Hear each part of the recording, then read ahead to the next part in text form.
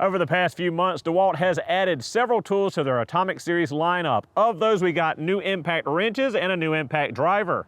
In today's video, we're going to be looking at the DCF921, their half-inch drive, the super stubby 20-volt Atomic impact, boasting 450 foot-pounds of torque. We're going to run this tool, look at it up close, and put it head-to-head with the Milwaukee Fuel Stubby M18.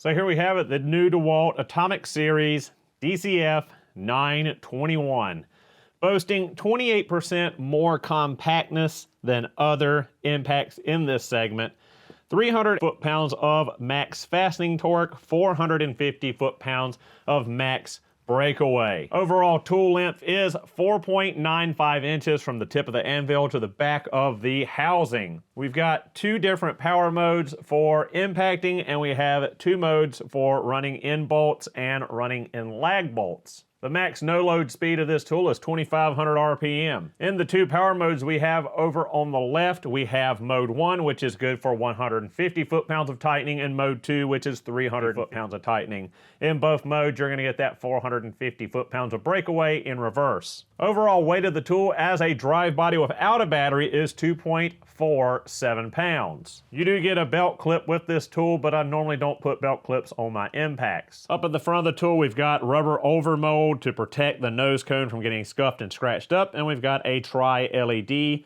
for lighting up your work area. Down at the bottom here, we see an upgrade. Normally, Dewalt tools have a plastic mechanical slide switch. Now they have a push button switch. The tool actually comes with a little insert around it to show you what each mode actually does. So looking at our first mode here, the flat bottom bolt, that's the precision wrench mode. It helps to prevent over tightening in forward and fastener runoff in reverse. Kind of like Milwaukee and other tool manufacturers have been doing for a while, the auto stop. When the bolt breaks loose, it lowers the speed so you don't fling the bolt or nut.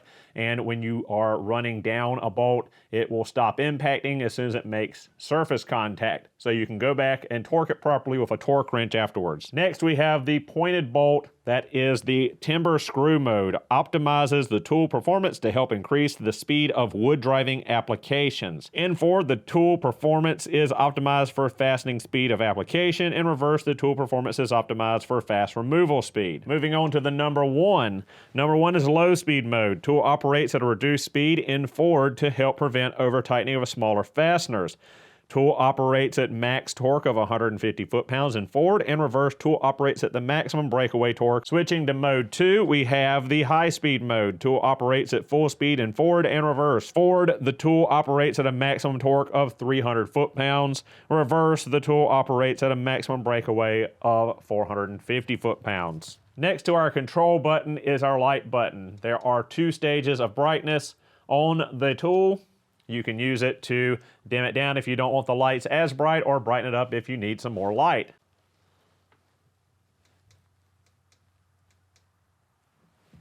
So in today's video, we're going to take a look at this Dewalt, see what it can do, put it through its paces outside on actual bolts, actual fasteners, on tractors and equipment around the farm, and we're going to compare it to the Milwaukee M18 Fuel Stubby. Now, the Milwaukee is already coming in at a 200 foot-pound disadvantage. This gun by Milwaukee is rated at 250 foot-pounds. This Dewalt is rated at 450 foot-pounds. Now, I have a hard time believing that there's a 200 foot-pound difference between these two guns, considering their overall size and dimensions. So we're going to put that to the test and see if there actually is a 200 foot-pound of torque difference between these two guns. That kind of torque will be very obvious and easy to spot.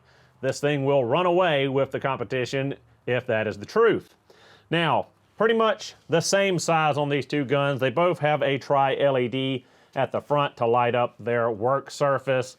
Again, Milwaukee uses their True View LEDs that don't have the bluish hue of the Dewalt. The Milwaukee is a bit fatter, and it is straight out, basically 90 degrees from the handle, whereas the Dewalt has a slight uphill to the drive end.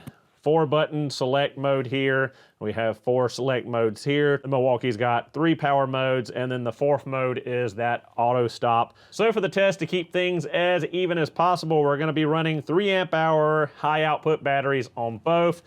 21,700 cells. So fully charged on the Milwaukee and fully charged on the Dewalt. Both of them just came off of the charger before starting filming. You can see the Dewalt is just a hair shorter, tip of the drive to the back of the body, than the Milwaukee. Now that that's out of the way, let's go ahead and put some sockets on these things and start breaking loose some fasteners. We're gonna start off big with an 1 1/8" fastener here on the back of my Cat D2 dozer. I'm gonna start off with the Dewalt. We will be running these in power mode 2 for the Dewalt and power mode 3 for the Milwaukee, which is their highest rating respectively.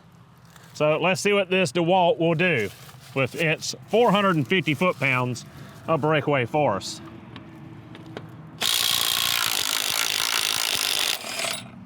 Pulled her right out of there.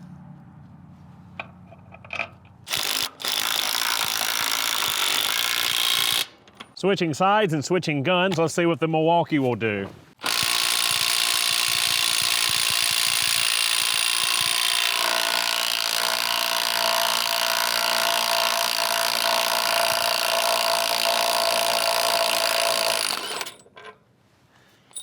Now that took quite a bit longer, quite a bit more time to impact. Is that due to the fact that the Milwaukee is apparently 200 foot-pounds below what the Dewalt is, or is it because these fasteners are just free-range rusty fasteners and they're not going to be taking the same amount of forced remove either way? So we got to take that into consideration. This isn't a very scientific test. It's just showing off real-world fasteners, what each one of these can do.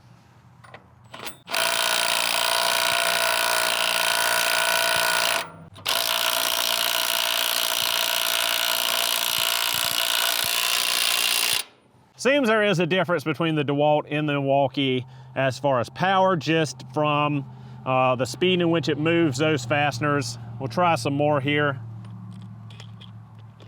This one a lot more corroded, or one of these. Took it out of there fairly easily.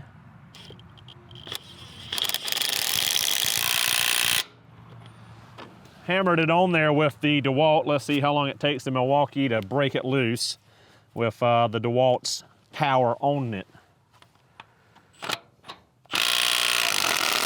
So with the Dewalt tightening it, it didn't take much effort at all for the Milwaukee to loosen it. So we can probably conclude that this was a much tougher fastener than this one on that first removal. Try the Milwaukee on another one just to see if it fares a little easier than that first one. A lot quicker to take this one loose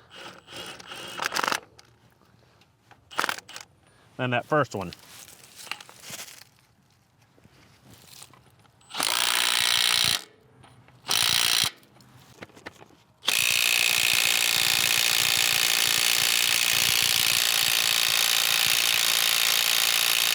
So it seems this one's a little bit too tough for the Dewalt to take loose. Let's see if the Milwaukee can do anything after the Dewalt soften it up, so to say.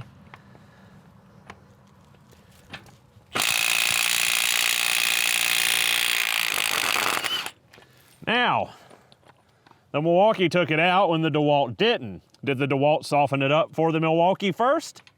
Or is the Milwaukee got an advantage in its impacting mechanism? Hard to tell. All right, now we're gonna look at lug bolts on the rear of my International tractor. These are 15/16. Pretty quick and snappy. Let's go right beside it with the Milwaukee. Took it right out.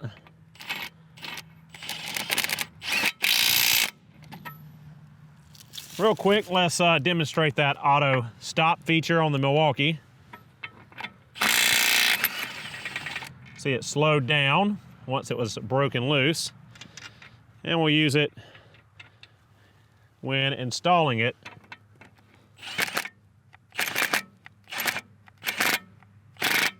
It just runs it down and stops as soon as it makes contact.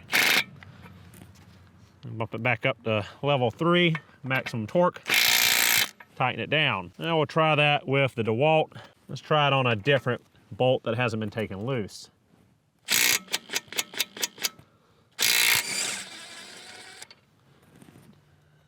Took a little bit to get that out. It didn't quite want to hammer enough to get it started the first time, but the second time it took it loose and slowed it down. So let's run it back in now. It hammered for a little while before it stopped, but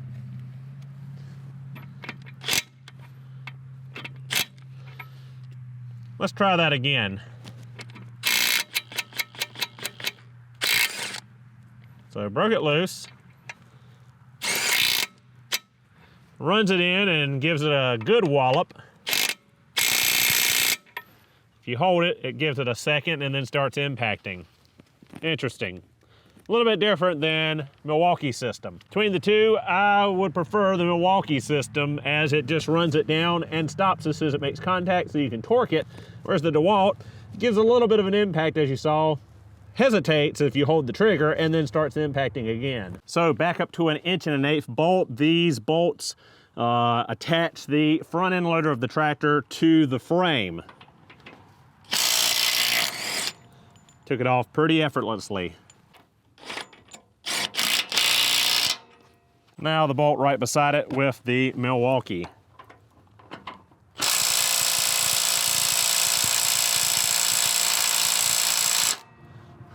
Doesn't want to give. Maybe the Dewalt honestly has more power than the Milwaukee, although I don't think it's 200 foot-pounds more. Let's give it another shot. And the Milwaukee did it after all. So there is a power disadvantage between the two, but again, I don't think it's anywhere near 200 foot-pounds different between the two. Honestly, I think Milwaukee was conservative with their rating. This gun might have a little bit more than 250, but they rated it 250 on the lower end, whereas the Dewalt rated at 450. I don't think it's got near that much. I think they might have just rated higher than what it was. That said, the Dewalt does seem to struggle less. But again, we don't know the actual torque of them. One might be super rusted and the one next to it might not be as bad. No two bolts, even side by side, corrode and stick the same amount. So one more completely unscientific feat of strength for these two. Again, an 1 1/8". These are nuts on the outer rim of my larger international tractor. These have not been off in I don't know how long, but they are good and rusty around the threads. We'll see what these guns can do. Let's pick the rustier one for the Dewalt. And it didn't even struggle one bit. Took that right out of there.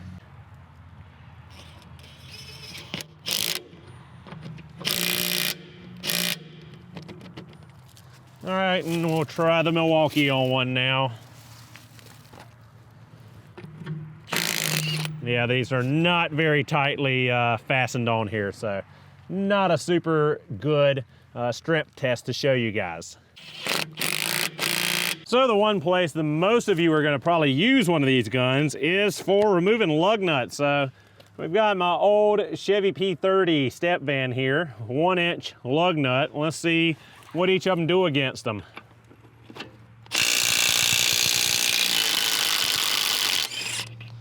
Struggled a little bit there, Dewalt.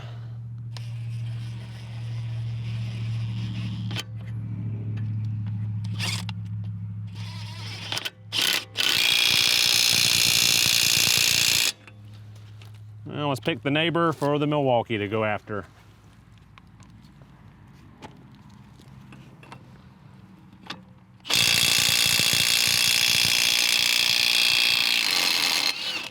Just about the same between the two of them.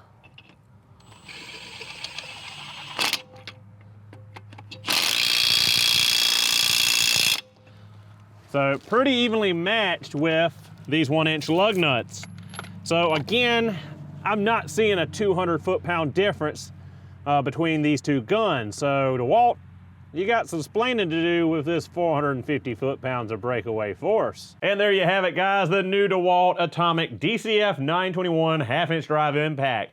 As you see, it does quite well, besting the Milwaukee ever so slightly in power, not quite that 200 foot-pound figure that they quote, but a little bit stronger nonetheless. Now, if you are already in the Milwaukee ecosystem, it's not worth going out and buying this impact. Your Stubby fuel will do everything you needed to do for the most part. The Dewalt has a slight advantage, but it's not worth going across platforms. You Dewalt guys, any of you guys in the trades, especially automotive work, Dewalt is finally starting to kick up their game with these compact impacts and tools for the automotive trade. Milwaukee has had that in the bag for quite a while now. Hopefully Dewalt will start adding to their 12-volt lineup as well, giving us ratchets, right-angle impacts, things that are more geared toward auto repair work. So pricing, some of you might be wondering, how much does this thing cost? As a bare tool alone, it is $199, which is basically the exact same cost as the Stubby fuel. Now, to help soften that blow of that $199 price tag at Home Depot right now at the time of making this video, if you buy this impact, you will get a 5.0 battery for free with it, so that helps lessen that $200 sting. Now again, if you don't need batteries, Home Depot has the hack that Tool Boss is always talking about. You can buy these and take this free battery back because they prorate it, and you can get about $100 back. So you can get this impact without the battery, returning that free battery for about $110 or less, depending on your tax in your state and region. So pretty good deal for that. So that'll do it for the video. Thank you guys so much for watching. Hope you enjoyed, and I will see you in the next one.